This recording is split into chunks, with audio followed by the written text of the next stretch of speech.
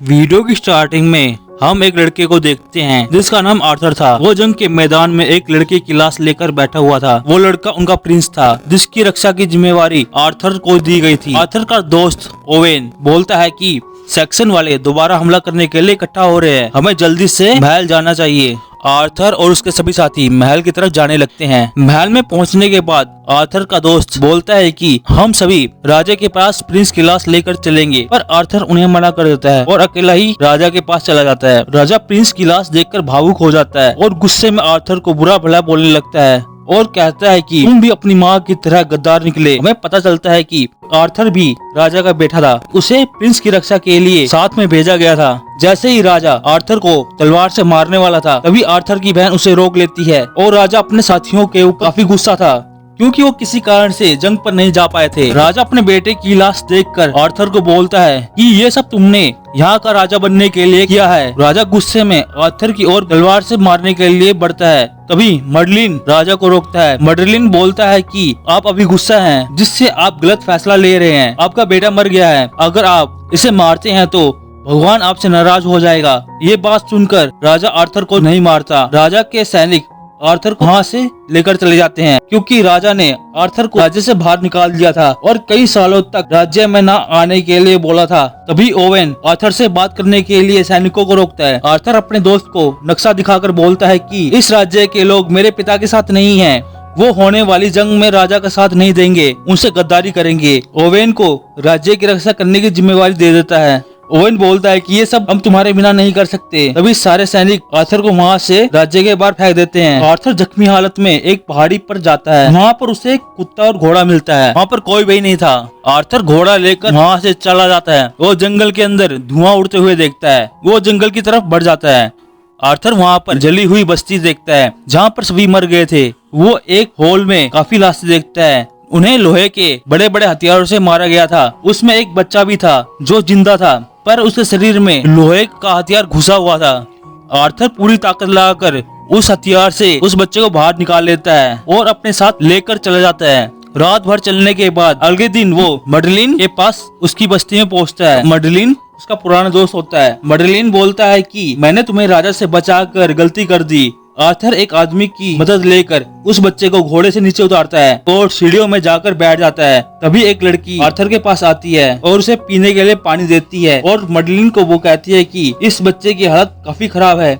Merlin इस बच्चे के जख्मों पर हाथ रखकर इसका पूरा पास्ट देख लेता है। आर्थर कहता है कि ये मुझे बॉर्डर पर मिला है और तुमने कहा था कि भगवान सबका एक ही होता है। वो उस बच्चे को अंदर ले जाने के लिए बोलता है। मर्लिन आर्थर को उसके जख्मों पर दवा लगाने के लिए बोलता है, पर आर्थर उससे मना कर देता है और बोलता है कि राजा ने मुझे डोमेन से बाहर निकाल दिया है। वो घोड़ा लेकर वहाँ से चला जाता है और बच्चे का ख्याल रखने के लिए कहता है। एक लड़की उस बच्चे का ख्याल रख रही थी। एक दिन जब वो उसे दवा पिला रही थी, वो बच्चा दूसरी भाषा में बोल रहा था। उस लड़की ने अपने साथी को बोला कि ये सेक्शन की भाषा बोल रहा है।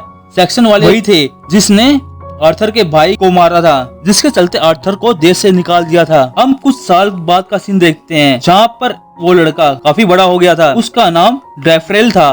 वो एक लड़की नीमू के साथ था। वो नीमू से आर्थर के बारे में पूछता है कि वो कब तक आएगा, क्योंकि डेफ्रेल को आर्थर से मिलना था। नीमू कहती है कि उसकी सजा अभी पूरी नहीं हुई है।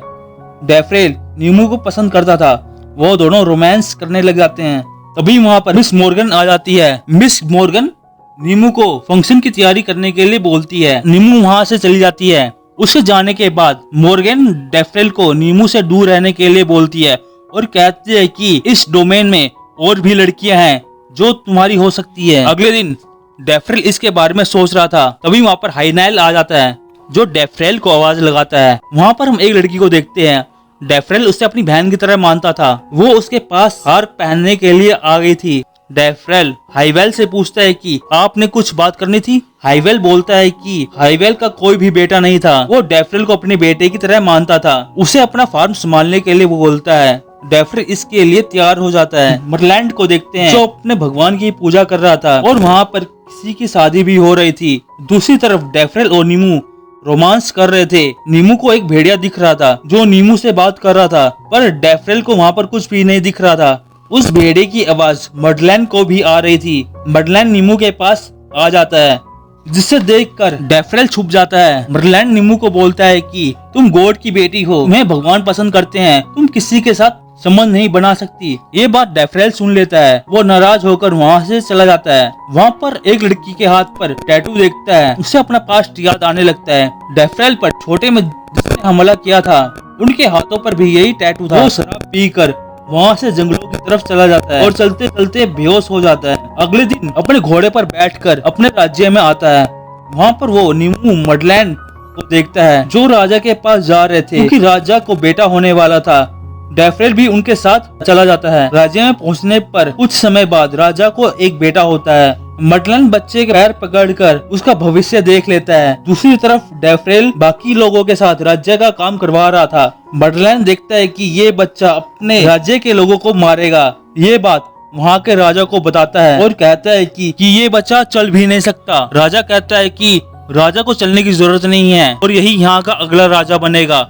मडलैंड बोलता है कि आपका एक और बेटा है, आर्थर। राजा आर्थर का नाम सुनकर आग बबूला हो जाता है और मडलैंड को वहाँ से जाने के लिए बोलता है और कभी भी राज्य में आने के लिए बोलता है। मडलैंड वहाँ से जाने लगता है। नीमू भी उसके साथ साथ आती है। वो मडलैंड से पूछती है कि आपने क्या देखा। मडलैंड कहता है कि लाशें और खून, इस सब को सिर्फ आर्थर ही रोक सकता है। वो आर्थर को ढूंढने के लिए वहाँ से चला जाता है। राजा ने अपने बेटे और रानी को एल्विडोन जाने के लिए नीमू और मॉर्गन के साथ भेज दिया था। डेफरेल नीमू से वहीं पर रुकने के लिए बोलता है। नीमू बोलती है कि तुम यहाँ की भाषा नहीं जानते।